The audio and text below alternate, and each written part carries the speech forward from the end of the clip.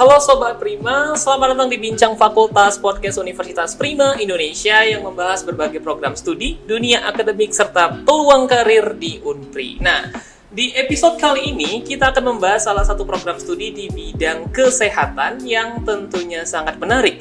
Dan saya yakin ini belum terlalu familiar di dunia pendidikan di Indonesia. Nah, yaitu program studi fisioterapi Universitas Prima Indonesia. Nah, seperti yang kita ketahui, di era modern ini banyak sekali orang yang mengalami berbagai masalah kesehatan, seperti nyeri punggung, lalu ada juga gangguan tulang belakang, lalu kalau misalnya sering olahraga, Gen-Z ini juga ada cederanya. Nah, untuk itu, gaya hidup yang kurang aktif dan juga terlalu lama duduk, kalau tidak sesuai itu bisa mengalami gangguan kesehatan yang seperti ini. Disinilah peran fisioterapi menjadi sangat penting dalam membantu seseorang untuk kembali bergerak dan juga meningkatkan kualitas hidup. Pastinya sudah nggak sabar ya dengan apa itu fisioterapi.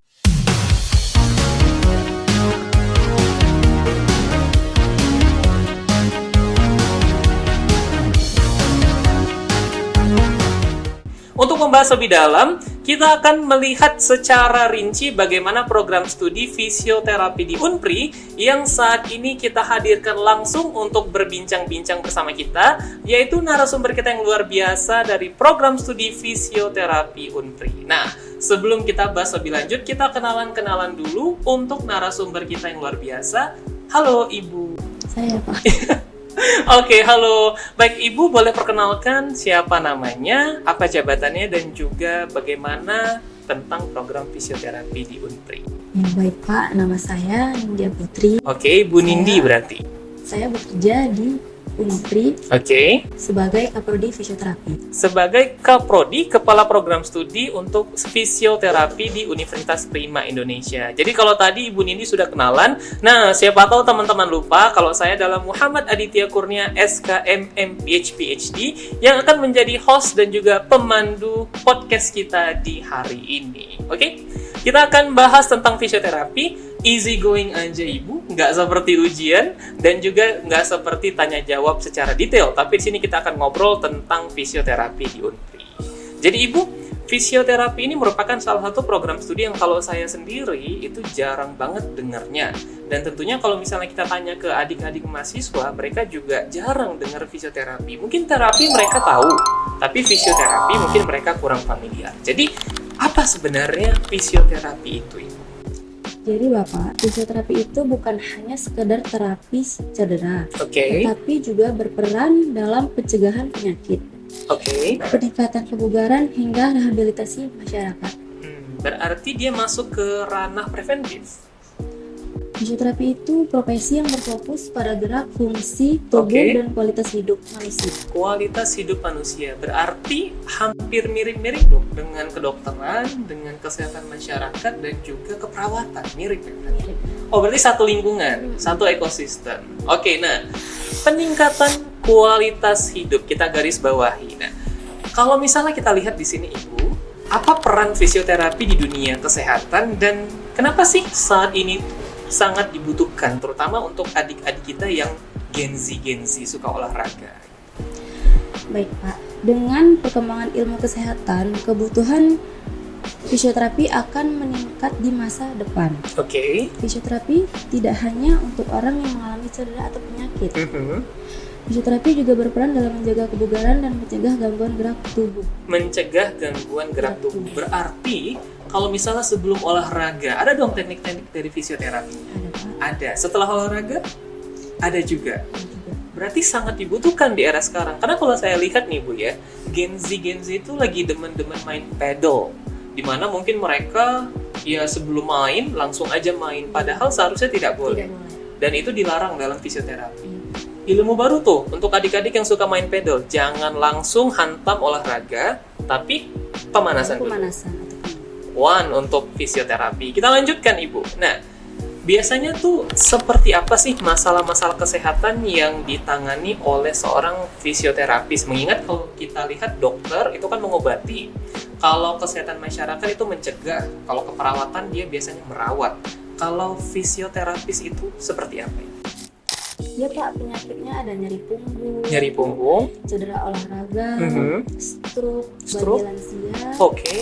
dan penyakit degeneratif pada sendi, dan ada juga di anak-anak. Oh, ada anak-anak juga. Kalau anak-anak di fisioterapi gimana Ibu? Anak-anak ada kebutuhan khusus kayak stroke, kayak autis. Oke, disabilitas berarti ya, yang mereka kekurangan. Oh, itu ada tekniknya berarti. Oh, saya juga baru tahu nih. Terus, kalau misalnya tadi di-mention dari nyeri punggung. Kalau misalnya nih kita bekerja banyak-banyak ngetik-ngetik nih, kalau saya nih 8 jam saya bisa duduk, itu agak nyeri. Berarti itu bisa dilihat dari sisi fisioterapinya. Oke, dan perbedaannya lebih detail sedikit dengan perawat apa itu? Bedanya Fisioterapis dengan perawat. perawat itu kan ngasih obat. Kalau fisioterapi ini kita tidak ada obat-obatan. Tidak ada obat-obatan. Oke. Nah, di sini untuk pemulihan cedera, apakah fisioterapi itu memang concern ke penyakit tertentu atau dia memang umum-umum saja di kesehatan? Ada penyakit umum tertentu dan ada juga dia di bagian-bagian itu. Oh, lebih spesifik juga ada, seperti otot, tulang. Saya pernah baca juga kalau misalnya fisioterapi itu juga berkaitan erat dengan saraf. Berarti ada juga ya titik-titiknya. Oh, nah nih, sangat luas loh pembahasan fisioterapi. Saya kira fisioterapi itu kusuk-kusuk gitu, atau satu lagi pijet-pijet. Ternyata dia concern ke saraf, ke otot, bahkan tadi yang disabilitas juga ada teknik fisioterapi. Oke, nah ini kita masuk ke dalam era modern nih Bu, di mana orang-orangnya tentu tidak terlalu aktif dalam berolahraga. Nah, apakah gaya hidup modern seperti ini tuh mempengaruhi tingkatan kebutuhan untuk seorang fisioterapis? Iya Pak, banyak sekarang anak muda itu jarang olahraga. Karena jarang olahraga aja. Oke, mungkin karena era modern ini Bu, kalau saya lihat ya pola waktu ya, dimana mereka kebanyakan kan kuliah, terus mereka kebanyakan kerja. Berarti karena mereka jarang olahraga, ada tidak saran dari seorang fisioterapis untuk lebih memperhatikan kesehatannya gitu? Sangat berpengaruh seperti mengangkat alat berat gitu Pak. Mengangkat alat berat. Oh, itu kalau misalnya jarang olahraga berpengaruh? Berpengaruh. Saya baru tahu juga nih, ternyata ilmu fisioterapis juga melihat aktivitas kedepannya terkait dengan kegiatan dari sehari-hari. Oke, nah Ibu Nindi, kita lanjut nih. Saya penasaran di bagian gangguan. Kalau misalnya di kedokteran ada namanya gangguan medis. Kalau misalnya di kesehatan masyarakat ada gangguan sosial dan juga lingkungan. Kalau di psikologi ada gangguan pikiran. Nah, kalau di fisioterapi, apa sih gangguan kesehatan yang umumnya muncul di gangguan fisik fisioterapi karena kurang aktivitas? Apa gangguannya? Gangguannya di dekat sendi-sendi mungkin ada kekakuan ya. Oh, sendi. Misalnya kayak saya nih ya, ini kan ada nih sendi-sendi seperti ini. Kaku berarti. Terus cara mengobatinya Bu gimana kalau dari sisi fisioterapi? Terapi latihan. Terapi latihan. Jadi sering digerak-gerakin sama fisioterapi. Sering digerak-gerakin? Sama fisioterapi. Oh, oke, sama fisioterapisnya. Kalau misalnya tidak digerakin, yang paling bahaya kenapa itu? Itu tadi Pak, ada pemendekan otot. Pemendekan otot? Pemendekan. Loh, kok bisa? Padahal tangan saya udah panjang. Karena kan Pak, kalau misalnya dia nggak digerakin, Oke. kan pemendekan dalam otot, jadi kita bisa gerak. Pemendekan dalam otot. Oh, oke. Saya baru tahu nih, ternyata teman-teman, otot kita bisa memendek kalau misalnya kita kaku dan tidak menggerakkannya. Contohnya, contohnya. kayak sakit pinggang. Sakit pinggang ada lama-lama dia lansia itu kan makin membungkuk, kalau nggak diterapi dia makin membungkuk. Oh, seperti itu. makin membungkuk kalau tidak diterapi. Karena salah satunya tadi pemendekan otot. Baru tahu banget nih saya juga tentang pemendekan otot. Ternyata harus diperhatikan. Walaupun umurnya sudah lansia tadi. Berarti anak-anak, dewasa, lansia harus memerlukan aspek fisioterapi dan atlet. Nah, atlet ini akan kita bahas nih karena saya juga sangat tertarik tentang atlet di dunia fisioterapi. Oke. Nah, Ibu, kita lanjutkan, seberapa penting peran fisioterapi di kehidupan untuk menjaga kualitas hidup masyarakat? Mungkin dari scale 0 sampai 10 menurut Ibu berapa? Itu sangat-sangat penting. Sangat penting. 8 bisa? Bisa 8. Berarti sama pentingnya dengan kesehatan masyarakat. Oke. Kenapa menurut Ibu kok sangat penting? Karena mungkin ini ya berkaitan dengan gerak ya. Dimana kan manusia kalau tidak bergerak dia bisa mempengaruhi yang seperti pemendekan otot tadi. Dan kalau misalnya dilihat dari fisioterapis itu sendiri, bagian apa yang paling direkomendasikan untuk bergerak? Bagian apa Bu dalam tubuh? Apakah lutut atau yang lain-lain gitu? Sebetulnya semua bagian itu sangat penting, Pak. Semua bagian penting. Tapi yang paling harus diperhatikan? Harus diperhatikan punggung. Karena banyak sekali fisioterapi ini pasiennya sakit pinggang. Seperti kita kan kerja di kantor, kebanyakan kelamaan duduk tuh. Jadi mereka pasti sakit pinggang. Oh oke, sakit pinggang. Dan itu adalah bagian yang memang harus diperhatikan dalam dunia kesehatan fisioterapi. Oke.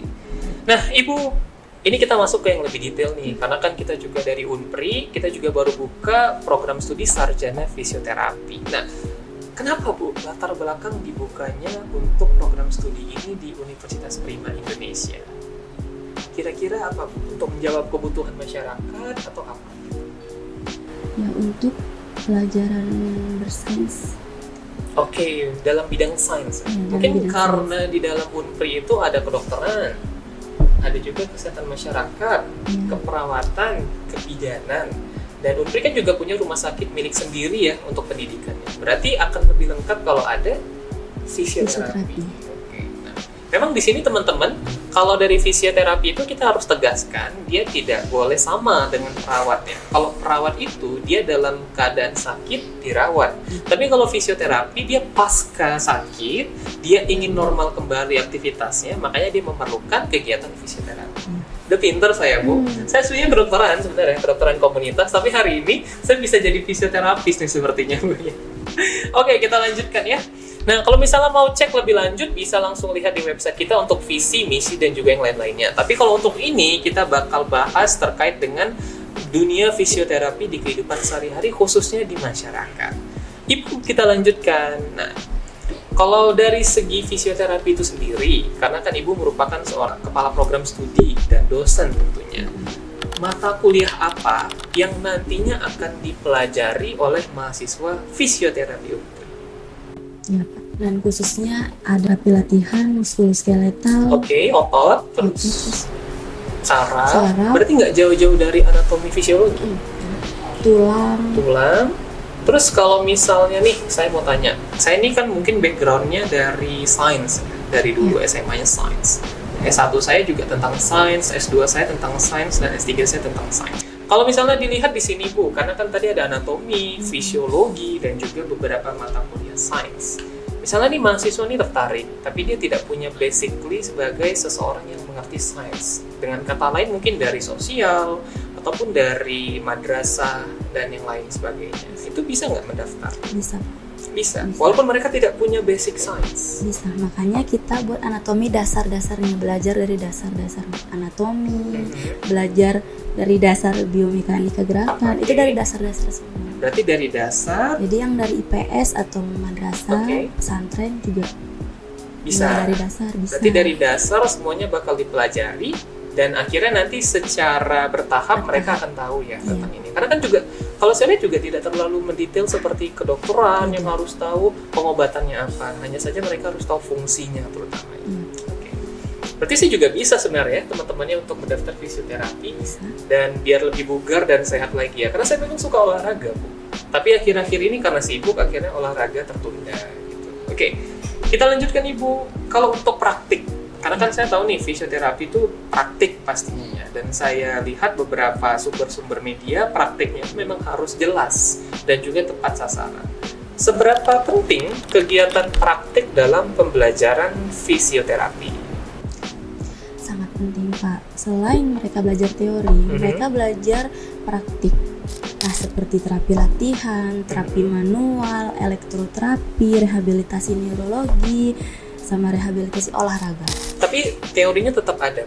Tetap ada. Teorinya tetap ada. Dan praktiknya itu apakah mereka langsung atau mereka hanya mengamati oleh profesional? Dan kebetulan kita di sini sarjana. Sarjana itu hanya mengamati, menganalisis seperti laporan kasus. Seperti laporan kasus. Berarti bukan mereka secara langsung diberikan pasien ya, bukan? Tidak, bukan.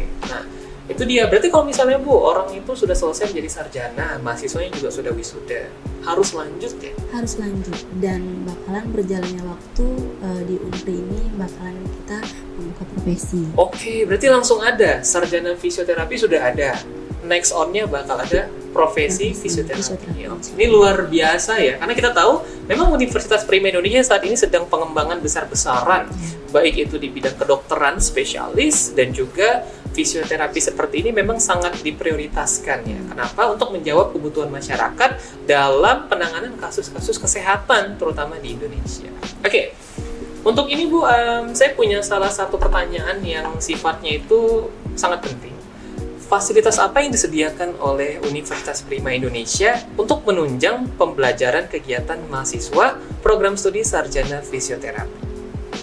Jadi Pak, kebetulan kita tuh ada rumah sakit sendiri, kita memiliki rumah sakit sendiri, klinik kita sendiri, prakteknya. Terus PBL-nya mereka ke Tiongkok dan Malaysia. Berarti mereka ada International Mobility Activities ke Tiongkok dan juga Malaysia. Oke, langsung go internasional loh mahasiswanya. Dan di sini Bu, berarti pada saat mereka kuliah, itu mereka langsung ke rumah sakit atau ada semester tertentu mereka ke rumah sakit? Dari semester pertama mereka pengenalan ke rumah sakit ada Pak. Di setiap semester mereka praktikum. Praktikum? Praktikum ke lapangan rumah sakit. Oke, praktikum langsung ke lapangan rumah sakit. Oke, nah dalam pembelajaran fisioterapi berarti teori dan juga praktik harus balance. Tidak bisa tidak balance. Karena kalau misalnya kita belajar teori aja juga kita nggak tahu ya bagaimana praktek yang benar. Dan kalau misalnya praktek saja kita tidak tahu mana yang benar di teorinya. Makanya memang harus langsung praktik di rumah sakit untuk pembelajarannya dan bisa langsung go international mobility activity di Tiongkok dan juga Malaysia. Nah, kebetulan saya lulusan Tiongkok dan saya lihat fisioterapi di sana. Kalau misalnya mahasiswa kita ke sana, yang mereka lakukan kira-kira apa? Nah, karena kan di sana itu mungkin bisa mereka memegang pasien. Oh, melihat secara langsung ya. Iya. Karena kan memang kalau kita lihat fisioterapi ini asal muasalnya juga banyak ilmu berkembang dari rumpun di negeri tirai bambu gitu ya. Jadi memang sangat bagus ya untuk bisa mahasiswa secara langsung belajar di sana. Dan kalau misalnya dari segi laboratorium, apakah sudah cukup lengkap atau perlu ditingkatkan lagi Bu untuk pembelajaran fisioterapi di Unpri? Perlu. Oke.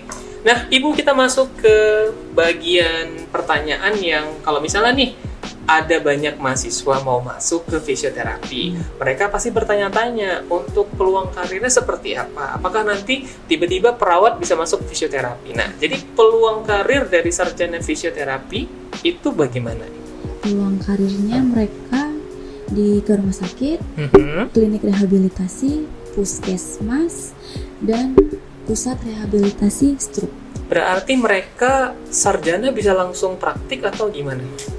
Tidak, Pak. Tidak bisa ya? Harus jenjang nyambung ke profesi fisioterapi. Harus melanjutkan pendidikan ke profesi fisioterapi. Berarti kalau misalnya sarjana belum cukup ya? Harus lanjut ke profesi fisioterapi agar nanti bisa memulai karir di rumah sakit, di klinik sebagai fisioterapis. Oke.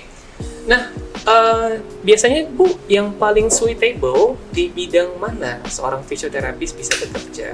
Karena tadi saya juga mendengar atletik juga ada, lalu di pendidikan juga ada, dan kesehatan juga ada. Jadi yang paling suitable itu di mana? Yang paling sesuai di rumah sakit. Di rumah sakit. Karena memang kalau kita lihat kebutuhan seorang fisioterapis ini dalam dunia olahraga juga besar. Tapi memang yang paling suitable untuk program studi ini peluang bekerjanya ada di rumah sakit. Dan di dunia olahraga juga bisa, Pak. Berarti balance ya, sama-sama dibutuhkan ya. Itu dia kayak di klub olahraga, kayak di akademi olahraga, terus kayak tim nasional, seperti pusat kebugaran juga bisa.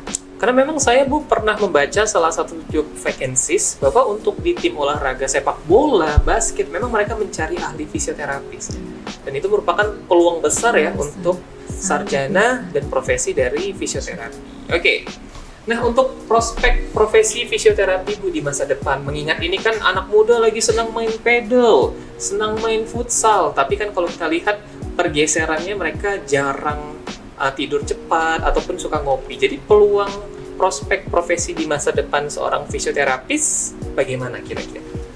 Jadi gini Pak, yang seperti saya bilang tadi, mereka nggak hanya di sarjana saja Pak, mereka harus nyambung ke profesi fisioterapi. Profesi fisioterapi. Seperti itu Pak. Oke. ternyata banyak sekali ya terkait dengan program fisioterapi yang kita ulik hari ini, dan tentunya ini hanya ilmu kecilnya saja, karena nanti kalau misalnya mau lebih lanjut bisa langsung kunjungi di kampus utama kita. Oke. Nah, pembahasan hari ini sangat menarik. Kita langsung hadirkan Kaprodi kita, Ibu Nindi. Dan dalam perbincangan ini kita juga bisa melihat bahwasannya fisioterapi itu bukan hanya tentang mencegah ataupun mengobati ataupun mendampingi pasiennya hingga bisa normal lagi, tapi bisa kembali bergerak, pulih dari cedera, dan juga meningkatkan kualitas hidup. Jadi di-highlight ke bawah, meningkatkan kualitas hidup. Nah, Ibu, nih pertanyaan personal. Kalau misalnya dari saya nih melihat kita tadi sudah berbincang, Ibu kan sebagai seorang ahli fisioterapis, postur badan saya dan juga lengan ataupun yang lain-lain kira-kira menurut Ibu bagaimana? Jadi Pak, maaf ya sebelumnya, Bapak ini kemungkinan kurang berolahraga ya? Kurang berolahraga, benar. Saya kurang berolahraga. Pasti Bapak kelamaan duduk, kebanyakan duduk ya? Berarti bisa langsung dilihat ya? Bisa. Jago banget loh. Postur tubuhnya. Dari? Postur tubuh. Postur tubuh. Nah, secara kasat mata aja Ibu Nindi bisa lihat bagaimana postur tubuh saya, apalagi ilmu yang lain. Oke, nah untuk ini Bu, pertanyaan yang banyak sekali ingin diketahui oleh calon mahasiswa kita. Apa sih keunggulan dari program studi Sarjana Fisioterapi di Unpri? Jadi Pak, jadi kita punya teknik pembelajaran eksklusif dari Tiongkok, yaitu Tuina. Dengan teknik tekanan, manipulasi jaringan, teknik pijat khusus.